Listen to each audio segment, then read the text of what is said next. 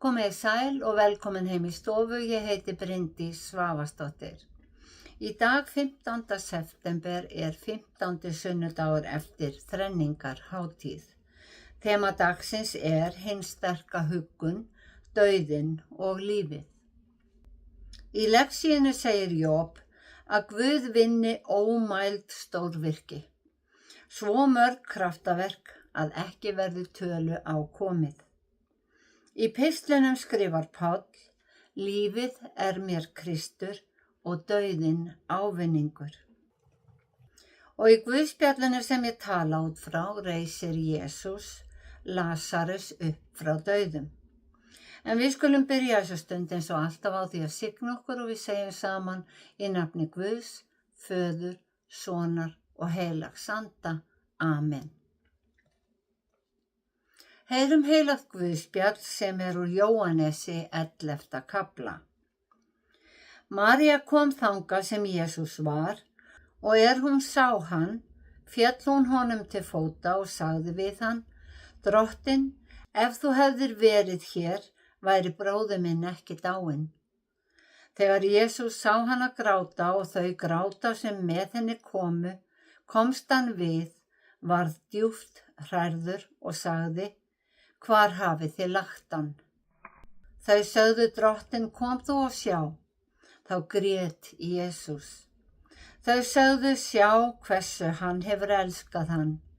En nokkrir sögðu, gat ekki sá maður sem opnaði augu hins blinda einnig varna því að þessi maður dæi. Jesús varð mjög djúpt hrærður og fór til grafarinnar. Hún var hellir og steinn fyrir. Jesús sagði takið steininn frá. Marta, systir hins dána, segir við hann, Drottinn, það er komið nálykt af honum. Það er komið á 4. dag. Jesús segir við hana, sagði ég þér ekki, ef þú trúir, munt þú sjá dýrð Guðs. Nú var steinninn tekinn frá, en Jesús hóf upp augu sín og mælti, Faðir, ég þakka þér að þú hefur bænheyrt mig. Ég vissi að sönnu að þú heyrir mig ávallt, en ég sagði þetta vegna mannfjöldans sem stendur hér umhverfis, til þess að fólkið trúi að þú hafi sent mig. Að svo mæltu hrópaði hann hárri röddu, Lasarus, kom út.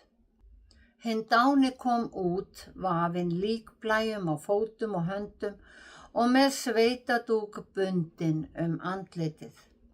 Jesús sagði við fólkið, leysið hann og látið hann fara. Margir gyðingar sem voru komnir til Maríu og sáu það sem Jesús gerði, tóku nú að trúa á hann. Þannig hljóðar hið heilaga Guðspjall. Já, þemað í dag er hin sterka huggun, dauðinn og lífið og Guðspjallið inniheldur einstaka frásögn. Upprisu Lasarusar. Jesús hafði áður reist upp frá dauðum, dóttur samkundustjórans og ungan mann sem verið var að bera til greftrunar fyrir utan Naín. En það gerði hann strax eftir andlát þeirra, þannig að efasemdamenn gátu véfengt að þau hafi raunverulega verið dáin. Upprisu Lasarusar gætu menn hins vegar ekki véfengt því hann hafði legið marga daga í gröfinni.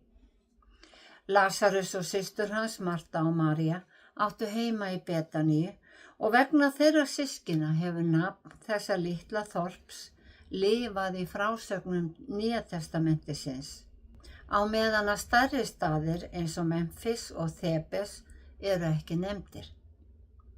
Margir textar í Nýja testamentinu bera þess vitni að lærisveinar Jesú hafi verið miklu fleiri en hinir 12 sem Jesús valdi persónlega og Lasarus hefur líklega verið einn þeirra sem bættist síðar í hópinn. Til að upplýsa lesandan atburðarás textans í dag, þá hefst kaflinn á því að greina frá veikindum Lasarusar og að systur hans senda boð til Jesú: Drottinn, sá sem þú elskar er sjúkur. Við vitum að Jesús elskar okkur öll og fyrr í kaflanum reyndar tekið fram að Jesús elskaði öll systkinin. En þessi staðhæfing vísar til þess að Lasarus hafi verið Jesú afar kær, því að þegar hann kom til Betaníu varð hann svo snortinn að hann grét. Orðsending systranna felur ekki í sér beiðni til Jesú að koma. Hún segir aðeins: sá sem þú elskar er sjúkur. Jesús hafði farið yfir ána Jórdan handan við Betaníu, til þess staðar þar sem Jóhannes skírari hafði skírt hann og hann hafði byrjað starf sitt. Þó Jesús hafi ekki beint falið sig fyrir fólki, þá fór hann oft á afvikna staði til að biðjast fyrir í friði. Og þangað hafa hans nánustu lærisveina fylgt honum og þangað barst honum orðsendingin frá þeim systrum. Fjarlægðin á milli þeirra var ekki mikil, en Jesús var samt kyrrt í 2 daga. Systurnar hafa sent boðin til Jesú svo Lasarusi yrði bjargað frá dauða. En Jesús sagði lærisveinunum að þessi veikindi væru ekki banvæn. Þegar þeir komu til Betaníu hafði Lasarus verið 4 daga í gröfinni, þar að segja 3 nætur. Allt þetta tákmyndir fyrir okkur. Tákmyndir að Jesús getur reist dána upp löngu eftir að lífsmörkin eru horfin og að hann var sjálfur reistur upp af Guði eftir 3 nætur í gröfinni. Upprisan var forsýning af því sem kemur. Sá dauði sem að við göngum í gegnum þegar þessu lífi lýkur ekki endalegur. Við verðum reist upp aftur. Hin sterka huggun sem trúin á Drottinn Guð gefur okkur að við munum lifa þótt við deyjum. Í ríki Guðs verða allir hluti nýir, líka líkamar okkar. Þeir verða klæddir dýrðar klæðum, því að við tökum ekkert með okkur úr þessum heimi annað en sálina. Hvorki þessi líkami eða okkar fegurstu klæði hæfa Guðs ríki. Guð skapaði manninn í sinni mynd og engum dettur í hug að Guð hafi verið nakinn í aldingarðinum, því ég viss að Adam og Eva hafa einnig verið klædd dýrðar klæðum himins, sem þau mistu þegar þau synguðu.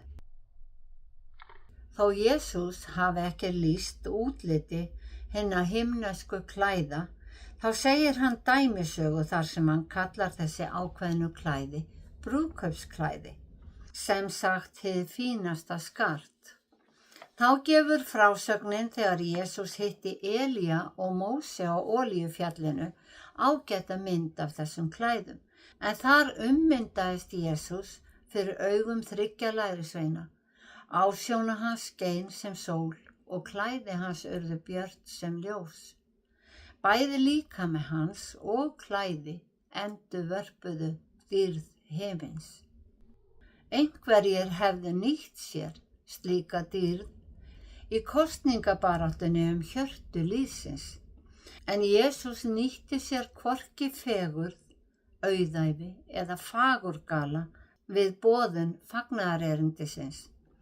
Öll áhersla hans var á að trúa á algóðan Guð af öllu hjarta, trúa á Guð sem gæfi líf í fullri gnægð án þess að sjá þessa umræddu gnægð. Kraftaverkin framkvæmdi Jesús af kærleika til fólksins. Með þeim styrkti hann trú lærisveinanna og þau eru tákmyndir fyrir okkur. Fyrir þau öðlumst við nýja sýn, hlustum með virkum eyrum á Guðs orð og tökum þau til okkar og trúum að fyrir trúna verðum við reist upp til nýs lífs og leidd í gegnum mjóa hliðið til himins. Jesús fagnaði því að hafa ekki verið á staðnum þegar Lasarus dó, til þess að lærisveinarnir muni trúa. Og Jesús byrjaði á að þakka Guði fyrir að bænheyra hann, til að viðstaddir viti að hann hafi verið sendur af Guði og þeir sjái hvílík kraftaverk Guð geti gert. Því að hingað til hafði dauðinn markað endalok þessarar jarðvistar. Eins og ég sagði áðan þá var það Marta sem tók á móti Jesú. Hún féll til fóta honum og vafalaust hefur hún fyrirvarið sig fyrir að ásaka Jesú að koma of seint. Lasarus var dáinn. Bara ef Jesús hefði komið fyrr. En hún hafði von að Guð myndi gefa Jesú það sem hann bæði Jesús sagði við hana: bróðir þinn mun upprísa. Og hún svarar: ég veit að hann mun rísa upp í upprísunni á efsta degi. En Jesús sagði: ég upprísan og lífið. Sá sem trúir á mig mun lifa þótt hann degi. Og sá sem varðveitir trúna á Guð mun aldrei að eilífu deyja.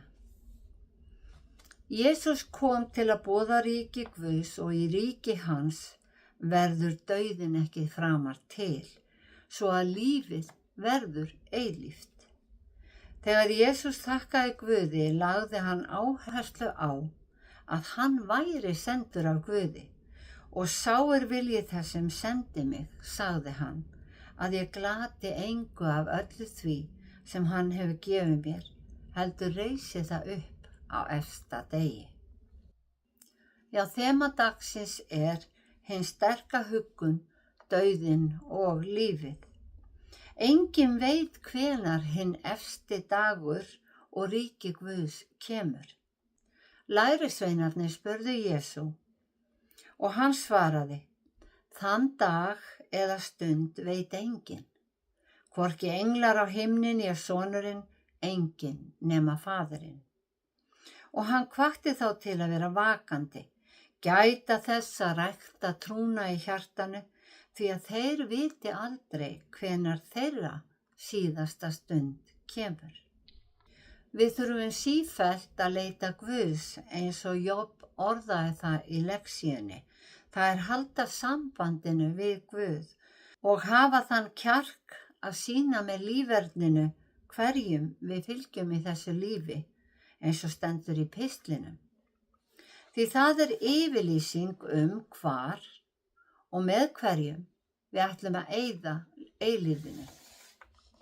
Hin sterka huggun að eftir dauðan verði ríki Guðs okkar eilífa heimili.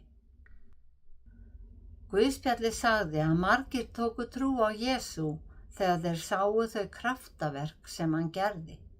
Og í dag getum við huggað okkur við orði Jesú: sælir eru þeir sem ekki sjá en trúa þó. Og í Guðspjallinu sagði Jesús við Mörtu: ef þú trúir, munt þú sjá dýrð Guðs. Þessi orð tala líka til okkar. Við munum sjá dýrð Guðs, því trúin bjargar okkur. En ekkert gerist af sjálfu sér. Við verðum að gefa Guði tíma í þessu lífi ef við ætlum að búa hjá honum í eilífðinni. Drottinn blessi þig og varðveiti þig. Drottinn láti sína ásjónu lýsa yfir þig og sé þig náðugur. Drottinn upplyfti sínu augliti yfir þig og gefi þig frið. Í Jesú nafni. Amen.